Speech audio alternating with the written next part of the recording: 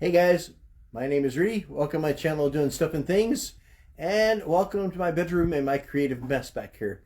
I got my two treadmills back here, and this one is going to be answering all the questions that you've asked that I have not addressed in my videos. This seems to be the most popular topic on my page. I appreciate you watching, and I appreciate your support. And let's get into it. Some of the questions that we had was panel removal. So I can account for about 9 screws here. The way you go about this is step 1, unplug your treadmill from the wall. I would also recommend laying down a towel if you're on a bare floor like me. These two treadmills are side by side. You can see the one over here has had its stuff because every time you guys ask questions, I take that stuff apart. So I want to go ahead and beat up on the older one today. So what you do is you go through here and you start undoing all these bolts in here. What I would do with these screws is I would actually take a flashlight app or a flashlight and shine into the holes and make sure that you have everything out. Like I said, I can count for 9. I think some are still stuck in here, but the thing will open. This by itself will not come down. It's pretty steady. What you're taking off is the top piece. And I'll show you that here. So this is the part I don't like, because when it comes to plastic pieces, that's when things get bad and things get kind of hairy. So you want to make sure that you can actually move this up easily. Down here on the corners, over here and back over here, you have to very lightly kind of move up the plastic. Let's see what I did here. If it's not coming up as easily as I've shown, chances are you missed something. Or if you pull it up and all of a sudden it's binding, you might want to look see if you missed a screw. So this is the inside here. Pop this panel. I have 2 different types of treadmills here. This, if I'm not mistaken, is the older one.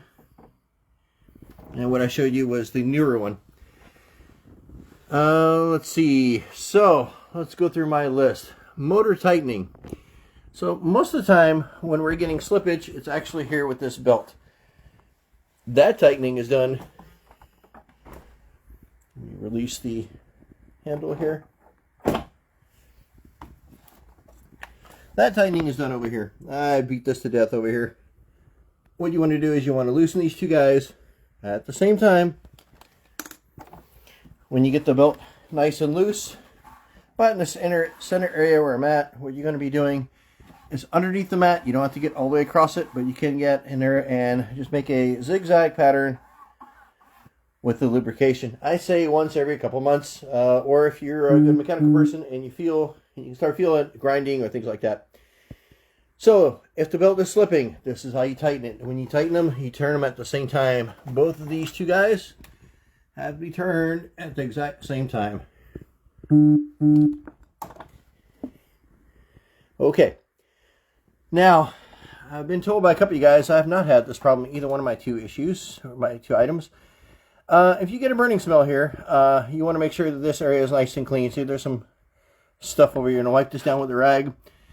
You'll make sure that no lubricants and flammable items are in here, anywhere near here. But if this stuff is sitting up here and the water's working hard, it's going to go ahead and start to give you a little bit of a burning sensation. If this belt here is slipping, because there's 2 belts, the motor goes to this spins your walking surface, your belt. To tighten this, again, I've never had this belt being loose, but this is what I'm going to talk about today. It's kind of hard to see, but down here, and it lines perfectly with these 2 holes, there are 2 screws. You can kind of see them in the background here. And let's see if I can point them over. Oops. That's why you can't have nice toys. Okay, you go through here, you can see them. You access that with these 2 holes. And the tightener is here. There's one. Let's see if I can make this work for us. Alright. Technical videos are horribly hard to make. Okay, so you want to reach through here, and there is a It's an Allen wrench. I want to say it's the same size as the back ones. And that's what you use to tighten. There's one here and there's one there. Tighten, you go clockwise to loosen, counterclockwise. This will increase or decrease the distance between the motor and the belt, and that should go ahead and tighten that up for you. Hope that answers that question. Next question is fuses. You guys are asking about fuses.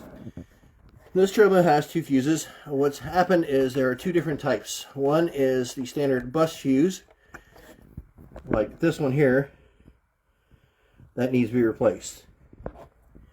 I want to say, if I'm not mistaken, the other one has a blue type fuse that's closer to the ones that are in the car. So there's one here, so that means if our stuff is not turning on, you want to go ahead and replace this fuse. How to replace the fuse is actually really simple. First off, there's 2 fuses on board, both of these types. One of them is the same, that's the one I showed you, and the other one is right up here by the plug. I covered this before, but I'll go through it again. You want to stick a screwdriver and pop open the door, like so. And on this fuse, I'm not going to attempt to read this, but it will say the value. And if you have the voltmeter, you can see if the center wire there is in one piece or not. When this thing gets hot, it overheats and it'll break that thin little wire and it'll break open the contact and your treadmill will not be working. So it could be this one or it could be the one on the inside. Best way is visually check this thing and replace them. You can get them on Amazon. You can get them on a lot of your local hardware stores. Very easy and simple fix. I haven't priced them because that's actually also not an area that I've ever actually had happen to me. And I believe we have a spare here on the side on this one here. I'm not sure how that's set up. I'm not opening the wires up again to look, but it's either a spare or there's 2 in here.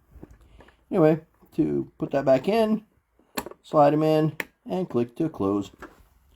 Okay, let's see what else we got here. Serial number. I do not know where the serial number on this thing is. I have looked underneath here. I figured it'd be in here somewhere. I figured it should also be underneath, on the side, on top, but I've looked at both of these and I cannot find the serial number for either one of these 2 products.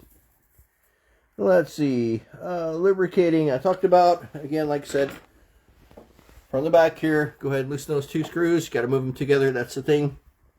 And then what you want to do is you make a zigzag pattern down here. Well, there's a little pad down here you feel, and just get it loose enough where you can put your hand underneath it. Like you can almost do it here, but you need a little bit more than that. And put a little zigzag pattern down here, and then tighten together at the same time and the same amount of turns. What you want to look out for, I'm going to go ahead and show you how to close this as well. So when closing is the reverse, go ahead and put this underneath here. I'm sure this will pop out on me as I turn this thing over, but I wanted to kind of show you what we're working with.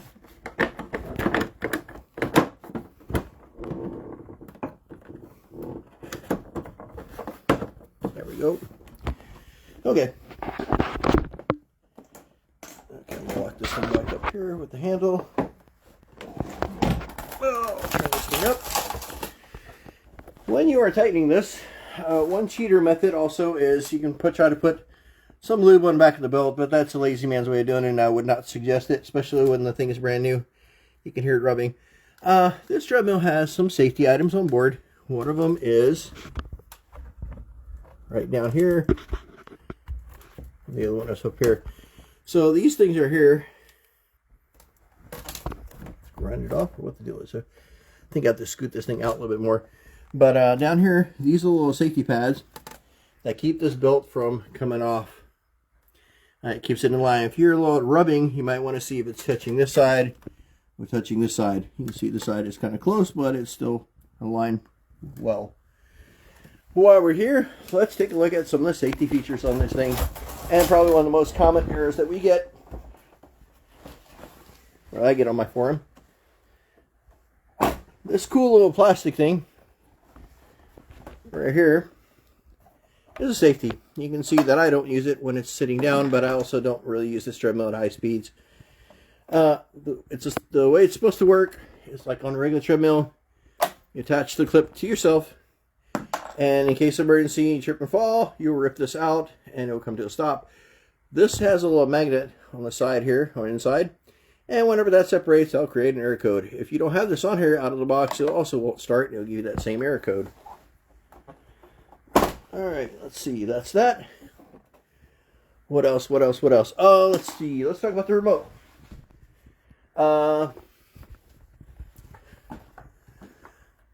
There is no way that I'm aware of you can run this without the remote control. If the remote is not working, even out of the box, first thing and the most cheapest thing I would do is there is a little screw here. You can remove that. Yeah, I'm going to use a pen here to work our way through this. Okay. So I can run this one-handed here again. Okay. So back here, I'm going to remove by prying on this section right here. When I remove the door, here comes this battery. It is a let's see here. This is the kind of battery you need to buy. I usually buy a Duracell CR2032. The optional screw is there, just kind of keep it, but it will close just fine without it. This battery is available on Amazon, any hardware store, even your local pharmacy. Very easy to get. Let's see, some other stuff kind of came to me as we were talking about this. I'm hoping that we covered most of this, so you guys have to work a little harder to come up with more questions. I do appreciate all of them. So, I guess the other question is, this right here is the speaker. If you don't like it, or if you don't want to hear it, if you don't want to hear it queuing up with your phone, you can go ahead and disconnect that here. All this is a little, looks like hot glue gun. This will come right off. Just scrape it out and pull this right out. Let's see here.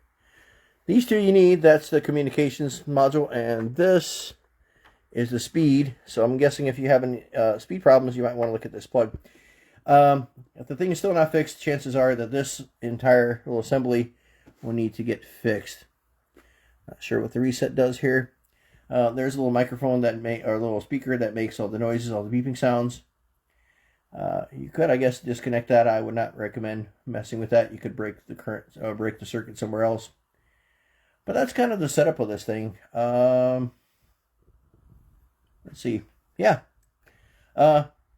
Most important thing is if you don't feel comfortable doing stuff like this, take it to your authorized dealer or find a reputable service person to help you take care of this. I hope this video helped. Mr. Rudy needs to do some workout. So, until next time, here's Rudy helping you do stuff and things. Take care.